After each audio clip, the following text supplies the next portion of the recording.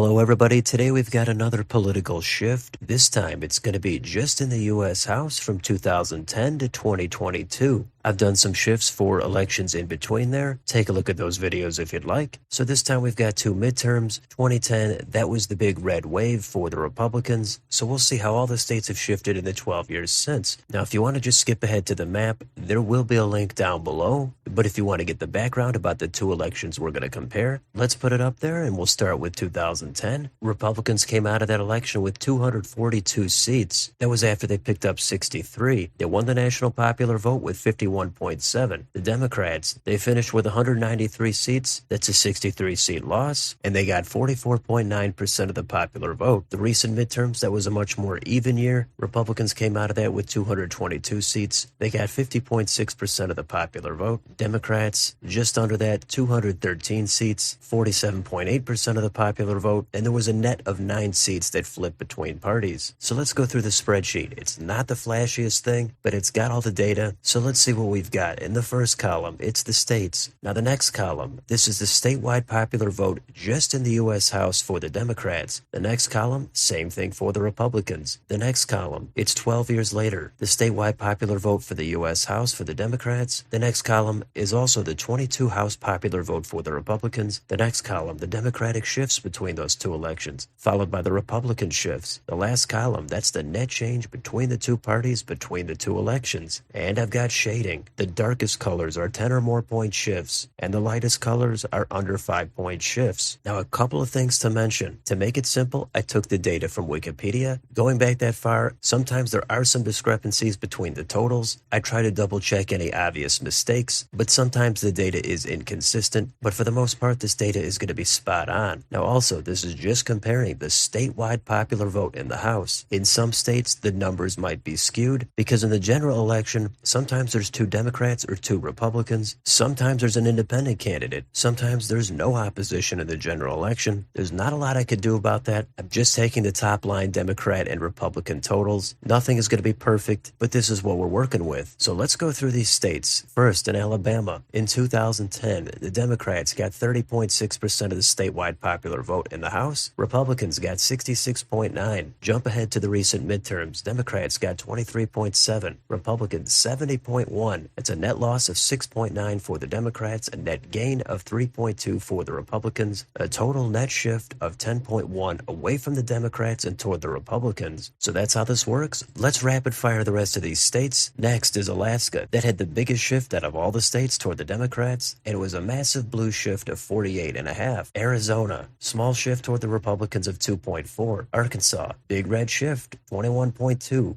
California went in the other direction by 17.2. So did Colorado by 17.4. Connecticut had a mild red shift of 2.8, as well as in Delaware by 3.3. Florida has become a redder state, and there were some discrepancies with the data here, but between these two elections, it did shift bluer by 3.8. A major blue shift in Georgia by 19.2. Hawaii, a blue shift of 8.2. Idaho, 11.4 toward the GOP. Illinois, 8.1 toward the left. Indiana, toward the right by 4.3. Same in Iowa by 1.8. Kansas, a solid blue shift of 15.9. Kentucky, 6.5 toward the Republicans. Louisiana, same direction by 4.9. Maine toward the Democrats by 4.1. Maryland got bluer by 6.5. Same in Massachusetts by 15.6 and in Michigan by 10.2. Minnesota, almost no change there, half a point toward the Democrats. Mississippi, 19.7 toward the Republicans. Missouri had the smallest change out of all the states, even less than Minnesota, only 0.3% toward the Republicans. Now we've got some blue shifts here. First, Montana, 7.9. Nebraska, 11.9. Nevada, 2.2. New Hampshire, 16.5. New Jersey, 11.2. New Mexico, an even 7. New York went back toward the Republicans by 4.9. North Carolina, 4.6 toward the Democrats. In North Dakota in 2022, the Republican did not face a Democrat there, but since there's only one district, to make it simple, I used the data from the independent candidate in place of the Democrat, and that shifted 14.8 toward the Republicans. Ohio got slightly redder by 1.2. Oklahoma got a little bit bluer by 2.2. Same with Oregon by 3.1. Pennsylvania 1.4 back toward the GOP. Rhode Island also toward the GOP by 3.1. South Carolina, a big 18% toward the Republicans. South Dakota, that had the biggest shift out of all the states. Again, in 2022, that was a Libertarian candidate, not a Democrat. If you use that data, it shifted 52.6 toward the Republicans. Tennessee toward the right by 3.7. Texas, double-digit shift, 13.7 toward the Democrats. Utah, 4% toward the Republicans. Vermont got a small 1% bluer. Virginia, decent shift toward the left of 16%. Washington, 9.7 toward the Democrats. West Virginia, 23.7 toward the GOP. Same direction in Wisconsin by 4.8. And the last state is Wyoming. That shifted toward the Democrats by 2.1. So those are the states. We've got the national shift down here, 4.1 toward the Democrats. So there's all your states and all your shifts. This wouldn't be any fun if we didn't have a map to help visualize these changes. So let's switch over to that. Here it is. We've got similar shading. 10 or more points are the darkest colors. This time the lightest colors are under 1 point shifts. Those are the tilt margins. We've got Minnesota and Missouri. But other than that, are there any takeaways? Well, 2010 was such a big year for the Republicans. That explains why there's more shifts here toward the Democrats. A lot has changed in politics over the past 12 or 13 years. Certain states have shifted in their political identity. Other states have kept that identity, but it's just gotten much more polarized. So there are a few blue states on here that shifted toward the Republicans. There's a few red states that shifted toward the Democrats. It's kind of a mixed bag for each side, but Democrats did have a better shift on this map. It might be a surprise to see Arizona getting redder and Florida getting bluer, given today on a presidential level we see those states going in the opposite direction. But other than that, a lot of these states only shifted a few points. Not a whole lot of change, especially considering